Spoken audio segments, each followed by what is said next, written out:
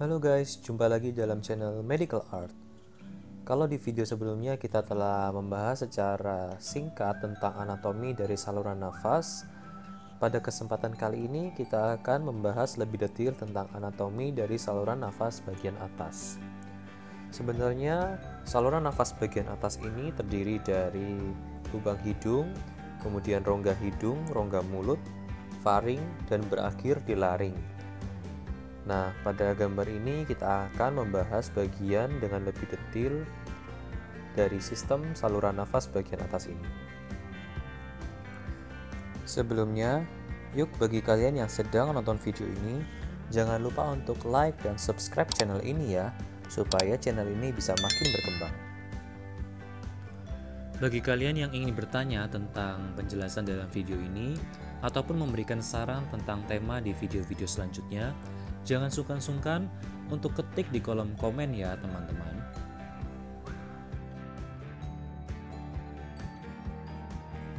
Oke, kita akan mulai dengan struktur pertama pada gambar ini, yaitu adalah otak. Otak manusia ini sebenarnya dia berbatasan dekat dengan rongga hidung. Dia hanya dipisahkan oleh selapis tulang bagian dasar otak yang tidak terlalu tebal. Maka dari itu kalau misalnya terjadi jejas yang cukup keras di daerah hidung, maka tulang dasar otak ini dapat terjadi patah dan dapat mengganggu otak kita.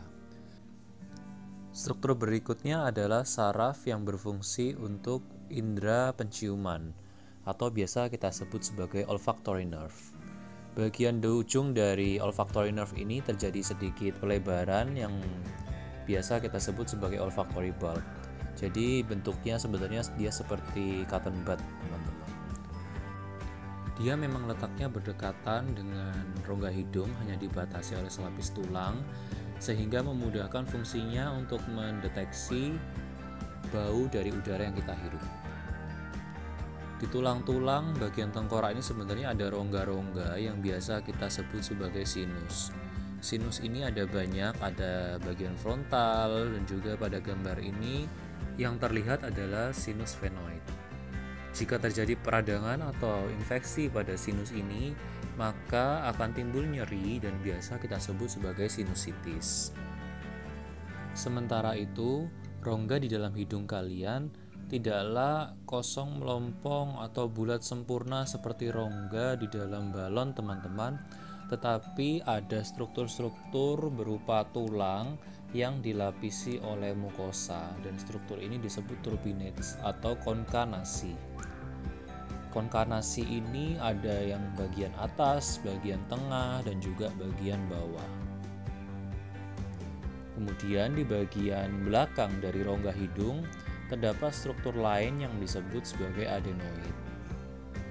Struktur ini penting bagi sistem pertahanan tubuh kalian. Jadi ketika ada bakteri atau virus yang masuk melalui udara yang kita hirup, kuman-kuman tersebut dapat langsung kita lawan. Struktur berikutnya yang ada di dinding bagian samping dari rongga hidung adalah muara dari saluran atau tuba eustachius. Tuba eustachius ini adalah saluran yang menghubungkan antara telinga bagian tengah dan juga rongga hidung. Fungsinya tentu untuk menjaga supaya tekanan di dalam telinga bagian tengah kita dapat selalu terkontrol dengan baik. Struktur berikutnya yang sudah mendekati bagian dari cavum oris atau rongga mulut adalah tonsil. Tonsil ini sebenarnya dia juga mirip seperti adenoid, dia berfungsi untuk sebagai pertahanan tubuh terhadap benda-benda asing yang masuk baik melalui saluran pernafasan ataupun saluran pencernaan. Bagian selanjutnya adalah oral cavity atau rongga mulut. Di dalam rongga mulut ini banyak sekali struktur-struktur yang ada. Yang jelas terlihat di sini adalah lidah. Tentu kita semua tahu ya bahwa lidah adalah salah satu alat yang berfungsi untuk merasakan atau mengecap makanan. Kemudian struktur berikutnya yang juga sudah disebutkan di video sebelumnya adalah epiglotis.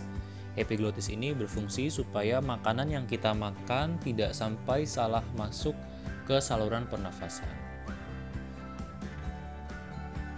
Nah, untuk bagian yang dilingkari ini adalah saluran pernafasan yang di bawahnya lagi kelanjutan dari faring yang disebut sebagai laring. Di dalam laring ini nanti akan ada pita suara. Sementara kelanjutan dari laring adalah trakea. Dan trakea ini sudah masuk ke sistem saluran nafas bagian bawah. Di belakang dari trakea ada rongga juga, yaitu esofagus.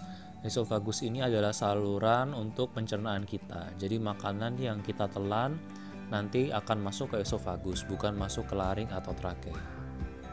Pada keadaan normal biasanya esofagus ini akan menutup, sementara laring dan juga trakea umumnya akan terbuka, terutama saat kita bernafas. Nah, ini sebagai contoh ada udara yang kita hirup, maka udara itu akan masuk melalui nasal cavity, kemudian dia masuk ke faring, dan pada percabangan dia akan masuk ke laring dan trakea, bukan masuk ke esofagus. Nah, kemudian contoh berikutnya, misalnya kita menelan makanan ya.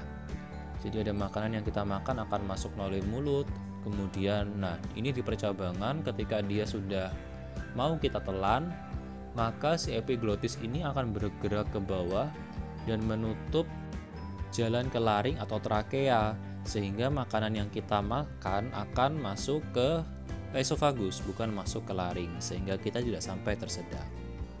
Nah, sekian video kali ini. Semoga video penjelasan tentang anatomi saluran nafas atas ini dapat membantu kalian untuk memahami lebih baik tentang tubuh kita yang luar biasa ini. Terima kasih semuanya. Stay safe and stay healthy.